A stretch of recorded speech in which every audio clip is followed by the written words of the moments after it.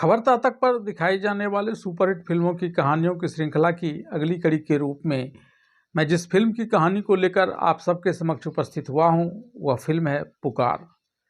यह फिल्म वर्ष 2000 ईस्वी में रुपहले पर्दे पर आई थी और यह फिल्म उस वर्ष की सर्वाधिक कमाई करने के मामले में दूसरे नंबर पर रही थी। इस फिल्म के निर्देशक थे राजकुमार संतोषी और फिल्म में मुख्य भूमिका निभाई थी अनिल कपूर, नम्रता शिरोडकर और माधुरी दीक्षित ने, जबकि डैनी डेंजोप्पा ने इस फिल्म में खलनायक की भूमिका निभाई थी। वहीं रोहिणी हट्टंगड़ी, ओम शिवपुरी आदि कलाकारों ने इसमें सहायक कलाकार की भूमिका निभाई थी। इस फिल्म में बेहतरीन नृत्य और श्रुति मधुर संगीत का भी बेहतर समावेशन किया गया था। इस फिल्म के संगीतकार थे AR रहमान। इस फिल्म के गानों को स्वरबद्ध किया था सोनू निगम, शंकर महादेवन, अलका याग्निक, लता मंगेशकर, उदित नारायण और अनुराधा पौडवाल ने। इस फिल्म की प्रमुख गानों की प्रथम कुछ पंक्तियों को मैं आपके आनंद के लिए गुनगुनाता हूँ। हमरा ही जब हो मस्ताना, प्यार में दिल हो दीवाना, तब चलने वाले रुकते हैं कहाँ। हमरा ही जब हो मस्ताना, प्यार में हो दिल दीवाना, तो चलने वाले रुकते हैं कहाँ। एक तू ही भरोसा, एक तू ही सहारा, इस तेरे जहां में कोई ना हमारा। हे ईश्वर हे अल्लाह, मेरी पुकार सुन ले या ईश्वर या अल्लाह, मेरी पुकार सुन ले। एक तू ही भरोसा, एक तू ही सहारा, इस तेरे जहां में कोई ना हमारा। किस्मत से तुम हमसे मिले हो, ये हाथ हम ना छोड़ेंगे। फिर से बनते तकदीरों को, अरमानों की जंजीरों को हम ना तोड़ेंगे। किस्मत से तुम हमसे मिले हो, ये हाथ हम ना छोड़ेंगे। आइए जानते हैं क्या है फिल्म पुकार की पूरी कहानी। फिल्म पुकार की कहानी की शुरुआत भारतीय सेना के द्वारा पाकिस्तान के आतंकवादियों को पकड़ने के लिए किए जा रहे प्रयास के एक दृश्य से होती है। अब्रूस, जिसकी भूमिका डैनी डेंजोप्पा ने निभाई है, कश्मीर के एक जंगल में छिपकर आतंकवादी कार्रवाई को अंजाम देने की तैयारी में जुटा हुआ है। सेना ने इसके छुपने के ठिकाने को चारों तरफ से घेर कर इसे पकड़ने के लिए अपना अभियान तेज कर दिया है।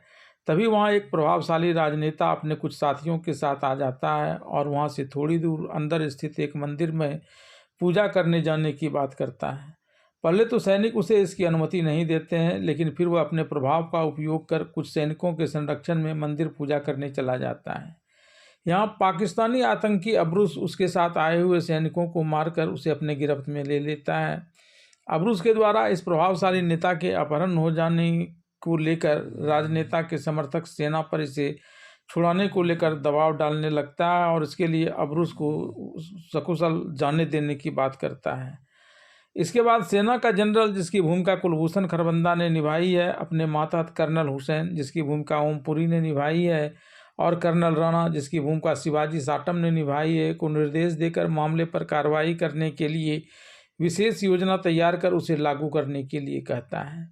इस योजना के तहत अब्रूस के छिपने की जगह पर सैनिक हेलीकॉप्टर से पैराट्रूप करके वहां उतरकर अब्रूस को गिरफ्तार करने में जुट जाता है। इस योजना में जब सैनिक पैराट्रूप कर अब्रूस के ठिकाने पर उतरने लगते हैं, तब कर्नल राणा, जो आतंकवादियों से मिला हुआ है, वह सैनिकों को ऐसा करने से मना करता है। मेजर जयदेव यशवंत, जिसकी भूमिका अनिल कपूर ने निभाई है, कर्नल राणा के इस आदेश को यह कहकर नहीं मानता है कि उसके कुछ सैनिक पैराट्रूप कर चुके हैं। वह हेलीकॉप्टर को पायलट को यह कहकर कि कर्नल राणा के आदेश के आने से पहले ही सैनिक पैराट्रूप कर चुके थे, खुद पैराट्रूप कर नीचे उतरता है और नीचे उतरते ही मेजर जयदेव अपने सहयोगियों के साथ अब्रूस के ठिकाने पर ताबड़तोड़ हमला करता है। मेजर जयदेव जब आतंकी सरगना अब्रूस को अपनी गिरफ्त में ले लेता है और आतंकियों से उस प्रभावशाली नेता को मुक्त करवा लेता है, वह अब्रूस को अपने संरक्षण में लेकर सेना मुख्यालय ले आता है ताकि उसके आतंक की कार्रवाई को लेकर बनाई गई योजना का खुलासा उससे करवाया जा सके। अब्रूस को लेकर सेना मुख्यालय आने पर मेजर जयदेव का जमकर स्वागत किया जाता है। इस कार्यक्रम में उसके बचपन की दोस्त अंजलि, जिसकी भूमिका माधुरी दीक्षित ने निभाई है, जो उसके रिटायर्ड सैन्य अधिकारी पिता के एक रिटायर्ड सैन्य अधिकारी दोस्त की बेटी है, एक आकर्षक नृत्य प्रस्तुत करती है। हर कोई उसके इस नृत्य के प्रति आकर्षित होता है, लेकिन मेजर जयदेव उसकी तरफ आकर्षित नहीं होता है, बल्कि वह वहां आई पूजा नाम की एक लड़की, जो एक अन्य रिटायर्ड सैन्य अधिकारी की बेटी है, उसकी तरफ आकर्षित हो जाता है।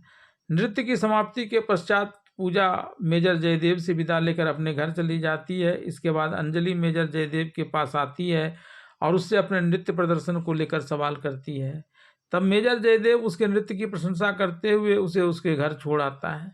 अगले दिन अंजलि एक बास्केट लिए हुए मेजर जयदेव के घर आती है। तब मेजर जयदेव की माँ, जिसकी भूमिका अचला सचदेव ने निभाई है, उसे बास्केट लेकर आने को लेकर सवाल पूछती है। इस पर अंजलि उसे बताती है कि वह मेजर जयदेव के साथ पिकनिक पर जा रही है।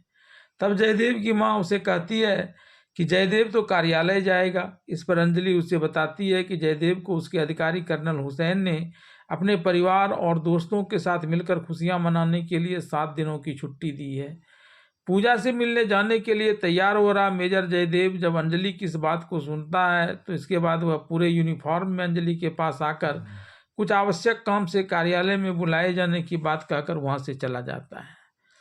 मेजर जयदेव अंजलि के पास से सेना कार्यालय नहीं जाकर अपने पूर्व की योजना के अनुसार पूजा से मिलने उसके घर चला आता है। यहाँ उसकी मुलाकात पूजा की मां से होती है, जो उसे बताती है कि पूजा की शादी किसी सैन्य अधिकारी से नहीं होगी, क्योंकि सैन्य अधिकारी की जिंदगी नीरस होती है और ऐसा उसने अपने सैन्य अधिकारी पति के साथ रहते हुए अनुभव किया है। इस पर मेजर जयदेव सेना के सभी अधिकारियों के ऐसा नहीं होने की बात कहकर पूजा को घूमने के लिए एक झील की सैर कराने ले जाने की बात करता है, जिसे सुनकर पूजा की जगह उसकी माँ ही मेजर जयदेव के साथ झील में सैर करने जाने की बात करती है। तब मेजर जयदेव इस उम्मीद में कि वह आगे पूजा का प्यार पा सकेगा, उसकी माँ को प्रसन्न करने के लिए झीलों की सैर कराने के लिए ले जाता है। पूजा की माँ की बात मेजर जयदेव को उबाऊ लगने लगती है। तभी उसे दूसरे नाव पर अंजलि सवारी करती हुई दिखाई पड़ती है। फिर वह अंजलि को आवाज़ देकर अपने पास बुलाता है और उसकी नाव में सवार हो जाता है। अंजलि मेजर जयदेव से सेना कार्यालय नहीं जाकर यहाँ झील में आने को लेकर सवाल करती है। तब मेजर जयदेव उसे बताता है कि कार्यालय से उसे ऐसा करने के लिए कहा गया था।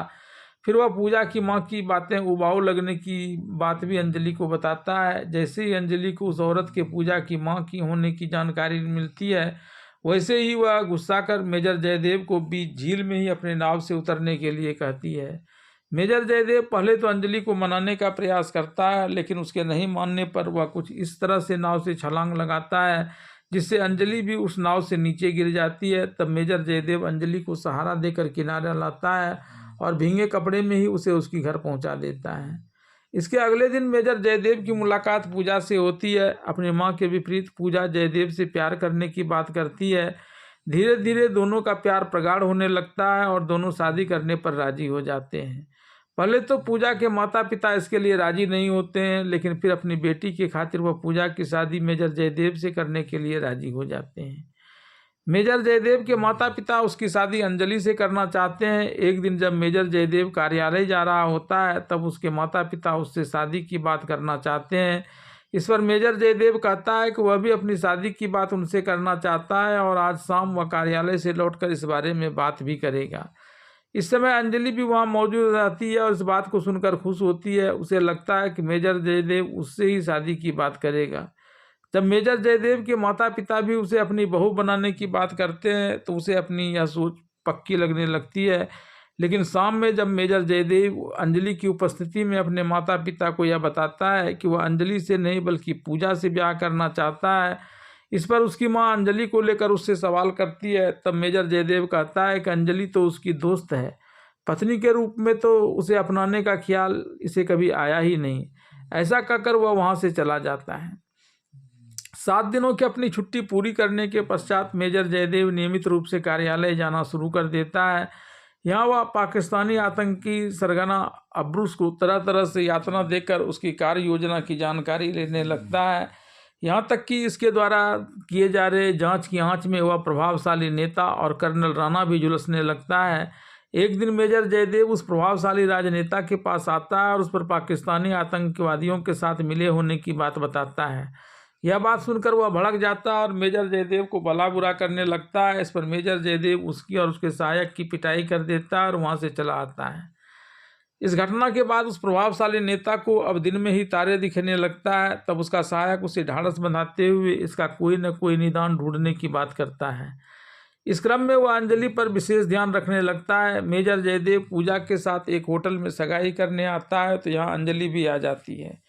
अंजलि यहाँ मेजर जयदेव को पूजा से सगाई करने से रोकती है। इस पर पूजा और मेजर जयदेव दोनों अंजलि पर भड़क जाते हैं। मेजर जयदेव एक जग से अंजलि के ऊपर पानी फेंक कर उसे भिंगा देता है और वहां से पूजा के साथ बाहर निकल जाता है। मेजर जयदेव का यह व्यवहार अंजलि को अंदर से ही झकझोर देता है। अंजलि जब बुझे मन से इस होटल से जा रही होती है तभी उस प्रभावशाली नेता का सहायक अंजलि के माध्यम से मेजर जयदेव को फंसाने की योजना लिए हुए अंजलि के पास आता है।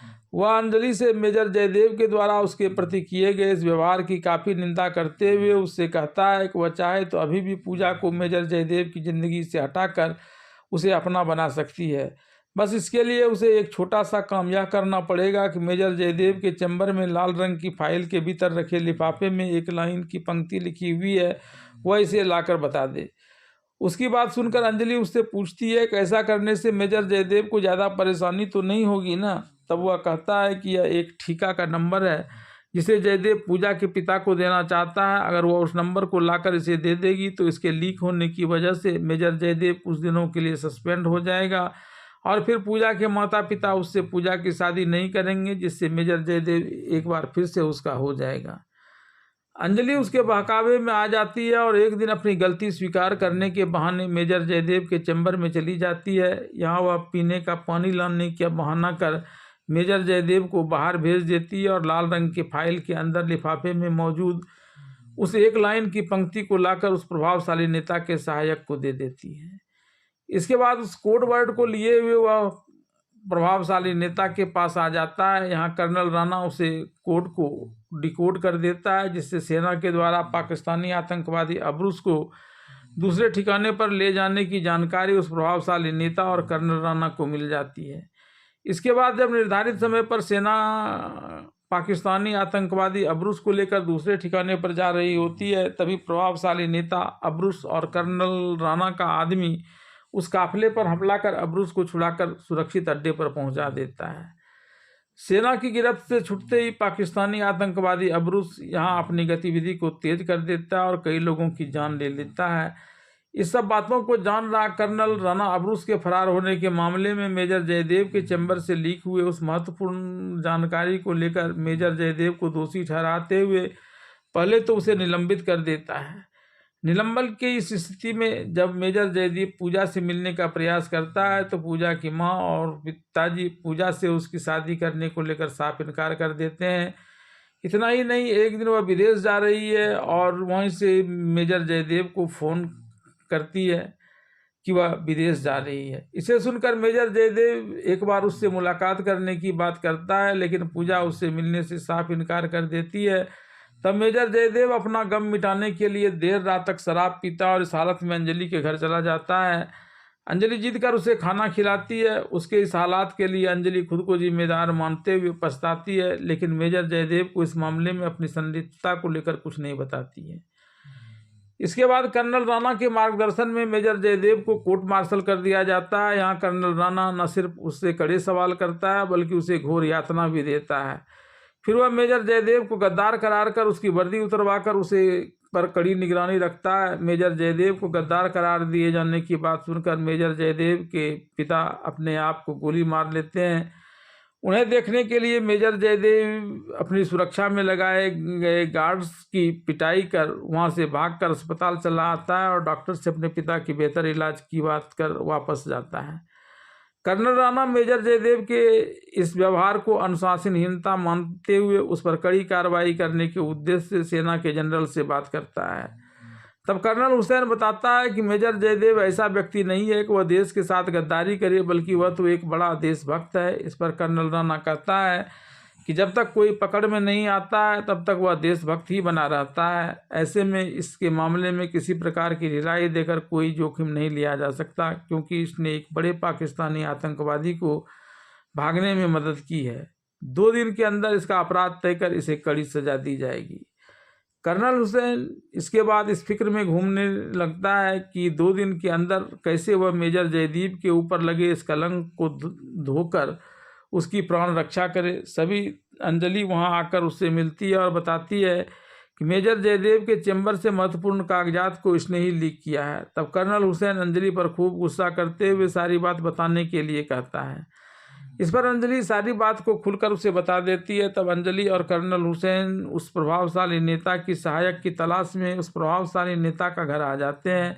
यहाँ उस प्रभावशाली नेता और उसके सहायक के साथ ही कर्नल राणा भी मौजूद रहता है। कर्नल हुसैन के साथ अंजलि को देखकर इन लोगों को अपने पोल खुल जाने की पूरी संभावना लगने लगती है। ऐसे में पाकिस्तानी आतंकी अबरूस को वह इस बात की सूचना दे देता है। फिर सब मिलकर चारों तरफ से अंजलि और कर्नल हुसैन को घेर कर जान लेने के लिए गोलीबारी करने लगता है।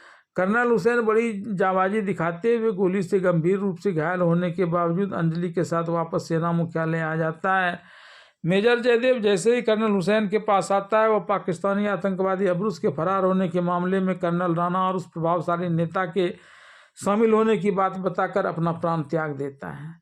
इस घटना के बाद पाकिस्तानी आतंकवादी अबरूस बम्बई के टाउन हॉल में एक बड़े कार्यक्रम के दौरान हड़कंप मचाकर बम विस्फोट कर देश भर में दहशत फैलाने की योजना बनाता है। एक दिन मेजर जयदीप अपने ऊपर गद्दार के लगे इस लेवल को मिटाने के उद्देश्य से पाकिस्तानी आतंकी अबरूस को पकड़ने के उद्देश्य से उस प्रभावशाली नेता के घर आता है। इसे देखते ही वह पाकिस्तानी आतंकवादी अबरूस वहाँ से फरार हो जाता है। तब मेजर जयदेव उस प्रभावशाली नेता और उसके सहायक को पीटने लगता है। अंजलि द्वारा उस प्रभावशाली नेता के सहायक को लिखकर संदेश देने की बात करती है। तब वह उसे और ज़्यादा पीटने लगता है और भविष्य में इन लोगों की क्रियाकलापों को बताने की बात करता है। इसी क्रम में वह 15 दिसंबर की रात बम्बई के टाउन हॉल में बड़ा विस्फोट करने की बात बताता है। इस घटना के बाद मेजर जयदेव अपने घर आकर अपने पिता का हाल चाल पूछता है। इस पर उसकी मां बताती है कि वह अब ठीक हो गए हैं और 15 दिसंबर को टाउन हॉल के कार्यक्रम को देखने जाएंगे। इस पर मेजर जयदेव अपनी मां से कहता है कि उस दिन आतंकी वहाँ एक बड़ा विस्फोट करने की योजना बना रहा है। ऐसे में मैं उसे रोकने जाऊंगा और जिंदा बचा तो वापस घर आकर आप लोगों की इच्छा अनुसार अंजलि से ब्याह करूंगा। इस पर उसकी मां कहती है कि उसे अपने बेटे पर भरोसा है, वह जरूर अपने अभियान में सफल होगा और इसलिए मैं अपने पति के साथ उस कार्यक्रम में जरूर जाऊंगी। अंजलि भी इस बात को सुन लेती है। 15 दिसंबर को बम्बई के टाउन हॉल में देशभक्ति से जुड़ा हुआ लता मंगेशकर का एक कार्यक्रम हो रहा है। बच्चे बड़े सभी इसमें हिस्सा ले रहे हैं। तभी पाकिस्तानी आतंकवादी अबरूस छद्म वेश धारण कर वहां आ जाता है और वहां मौजूद एक गुप्त स्थान से ठीक रात के 12 बजे बम विस्फोट करने के लिए बम सेट करने लगता है। दूसरी तरफ मेजर जयदेव उस प्रभावशाली नेता और उसके सहायक के साथ यहाँ आता है, जो उसे बताता है कि पाकिस्तानी आतंकवादी अबरूस गुप्त वेश में छिपकर जगह जगह बम प्लांट कर रहा है। तब मेजर जयदेव पाकिस्तानी आतंकवादी को पकड़ने उस गुप्त स्थान पर चला जाता है। यहाँ दोनों के बीच जमकर मारपीट होती है।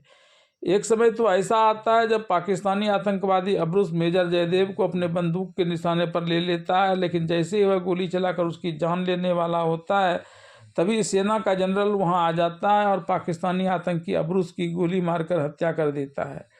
इसके बाद मेजर जयदेव जल्दी जल्दी सारे बमों को डिफ्यूज करने लगता है, क्योंकि उसे मेन सर्किट की जानकारी नहीं है। 12 बजने में जब 1 मिनट का समय बचता है तब मेजर जयदेव और सेना के जनरल दोनों हताश होने लगते हैं। तभी अंजलि उस घड़ी के मिनट वाली सुई को पकड़कर लटक जाती है, जिससे घड़ी का चलना बंद हो जाता है। इसे देखकर मेजर जयदेव सेना के जनरल से कहता है कि उन्हें 1-2 मिनट का समय और मिल गया है, इससे पहले कि अंजलि हाथ के दर्द की वजह से घड़ी की सुई को छोड़े वह सारे बमों को तेजी से डिफ्यूज कर देना होगा। फिर मेजर जयदेव जल्दी जल्दी सारे बमों को डिफ्यूज कर देता है। इसके बाद वह उस घड़ी की सुई से लटकी अंजलि को सुरक्षित वहां से नीचे उतार लेता है। इसके बाद सब लोगों को यह जानकारी दे दी जाती है कि किस प्रकार से पाकिस्तानी आतंकवादी अब्रुस ने भारत में दहशत फैलाने के उद्देश्य से बम्बई के टाउन हॉल को बम से उड़ाकर इतने लोगों की जान लेने की योजना बनाई थी, जिसे अंजलि, मेजर जयदेव और सेना के जनरल ने मिलकर नाकाम कर दिया। साथ ही इस अवसर पर सेना के जनरल ने मेजर जयदेव को सेना में पुनर्बहाल कर लिया और पाकिस्तानी आतंकी का साथ देने वाले कर्नल राणा पर कोर्ट मार्शल कर दिया। इस बात की जानकारी मिलते ही वहां उपस्थित जन समुदाय में मेजर जयदेव और अंजलि का जबरदस्त स्वागत करने की होड़ लग जाती है। खुशी के इस दृश्य के साथ ही फिल्म पुकार की कहानी यहीं समाप्त हो जाती है।